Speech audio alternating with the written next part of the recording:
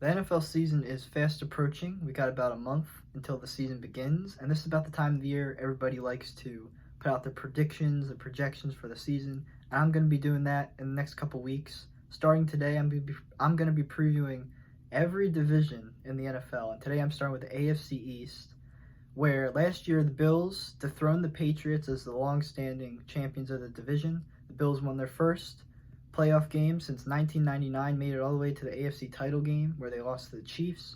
And that, of course, was mainly due to the terrific play of quarterback Josh Allen, who's quickly become one of the best quarterbacks in the league, despite being drafted only a few seasons ago.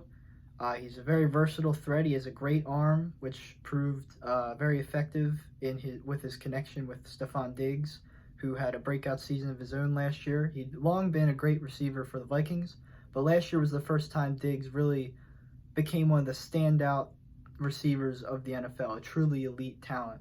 Last year, setting career highs across the board. And Allen also has a lot of other weapons in his receiving core. I think the Bills have one of the best receiving cores in the entire NFL. You know, they have Cole Beasley, one of the best slot receivers in the NFL. Now, we know his status right now is a little up in the air due to we'll say his beliefs on the vaccination efforts of the NFL. But I do think he'll wind up playing this season. I'd be really surprised if he gets cut or chooses to sit out. I think one way or another, there will be a resolution to his situation. I think he's too important in this Bills team not to play. So yeah, he'll be a really effective weapon for them in the slot.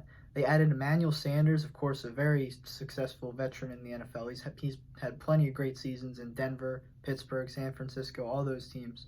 And he's going to give them an extra veteran presence in the offense as well. And Gabe Davis, who was really good deep threat for them down the stretch last year as a rookie, he'll only get better. He might even wind up being the number 2 receiver on this team if he's taken the strides necessary to get to that point. They also have Dawson Knox, a tight end, who, let's be real, is on his last legs in Buffalo. I'm surprised they haven't gotten a long-term replacement for him yet, but maybe they just want to see if he still needs one more year to develop. But he's not going to play a major factor into the offense, I don't believe. Their run game is also a little shaky, as we've known for a while. Devin Singletary has yet to really separate himself as a elite NFL back who can go for 1,000 yards. They drafted Zach Moss last year. He had some injury or COVID issues, I forget which it was, maybe even both. So he didn't really get off the ground as a rookie, but I think there's a chance he could take the starting job for himself at some point this season. They also brought in Matt Breida, good veteran. He always has struggled staying healthy, but if he is healthy, he's a good third running back for this team. He's one of the fastest players in the NFL, and he knows what to do. He's a veteran. Good offensive line. You got Darrell Williams and Deion Dawkins at tackle, John Feliciano at guard, as well as Cody Ford, the 9th pick in a couple drafts ago.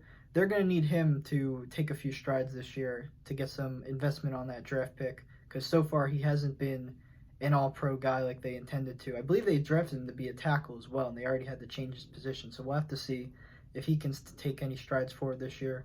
They also have Mitch Morrison at center, good veteran, former Chief. Their defense, it's solid. It's good enough to keep them in the playoff hunt for sure. I think they need a little extra something. They might be getting that from the pass rushers they drafted this year. They drafted Miami defensive end Gregory Rousseau in the first round, as well as Charles Basham Jr. in the second round. 2 pass rushers. They definitely want to get that pass rush to be a lot better. Pair them with veterans in Jerry Hughes and Mario Addison, who, those guys can get to the quarterback, but not at an elite level, at least not anymore. They don't have a true 10-sack threat on this team, and they're going to hope, probably especially Gregory Rousseau, can get to that level using a first-round pick on him. Defensive tackles, they also have Ed Oliver, who he's solid, another first-round pick that not as bad as Cody Ford so far, but they definitely were hoping for more from him. But he is young. He could get there this year. They also have good veterans like Star Lotulelei, Vernon Butler, Jordan Phillips.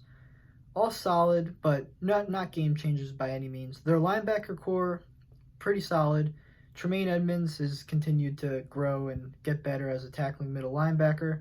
Matt Milano remains one of the most underrated outside linebackers in the NFL. He dealt with some injuries last year. They're going to hope to get a full season from him. A.J. Klein, also there. Solid veteran. Good third starter for the linebacking core. But their secondary is really where this team sets itself apart on defense. Tre'Davious White, who was in the Defensive Player of the Year conversation a few seasons ago. Definitely one of the best young cornerbacks in the NFL when healthy. Pair him with guys like Levi Wallace, Taron Johnson. Those two aren't necessarily anything special, but solid number 2 corners behind White. And then Jordan Poyer and Micah Hyde have been one of the best safety tandems in the NFL since coming together in the 2017 season. As a Packers fan, Micah Hyde, I always liked the guy, and he's only gotten better since coming to Buffalo. So overall, I see the Bills definitely being the favorites to repeat in this division. They definitely could win between 11, even 14 games, I would say.